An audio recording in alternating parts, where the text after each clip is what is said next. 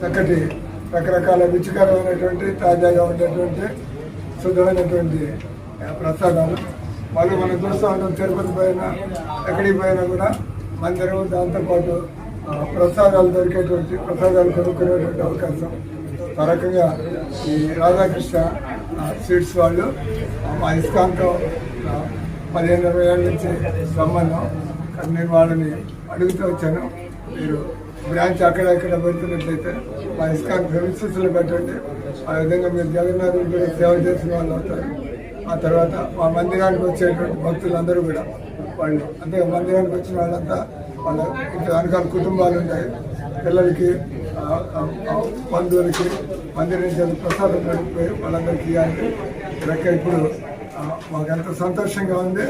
మన ISKCON premises నుంచి రకరకాల ఈ ప్రసాదాలు కొనుక్కొని ఈ కుటుంబానికి వీళ్ళందరికీ ఎక్కడైనా కూడా మందిరం ఉందంటే తప్పకుండా అక్కడ భగవన్ సంకీర్తన, భగవంతుడి దర్శనాలు, తర్వాత భగవంతుడి గురించి ప్రవచనాలు, దాంతోపాటు ముఖ్యమైనటువంటిది భగవంతుడి ప్రసాదాలు. ఇది మనకి వేదాల్లో ఇచ్చినటువంటి అవకాశం. ప్రసాదం తినడం ద్వారా కూడా మన మనసుకి అంతకన్నా శుద్ధి కలుగుతుంది.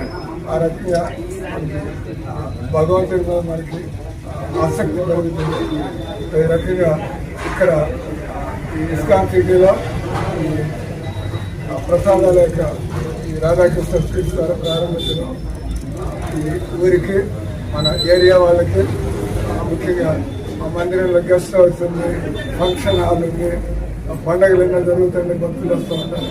వాళ్ళందరూ కూడా చక్కగా వాళ్ళు కోరుకునే విధంగా ఇక్కడ వాళ్ళకి రకరకాల ప్రసాదాలు అందుబాటులోకి వస్తాయి.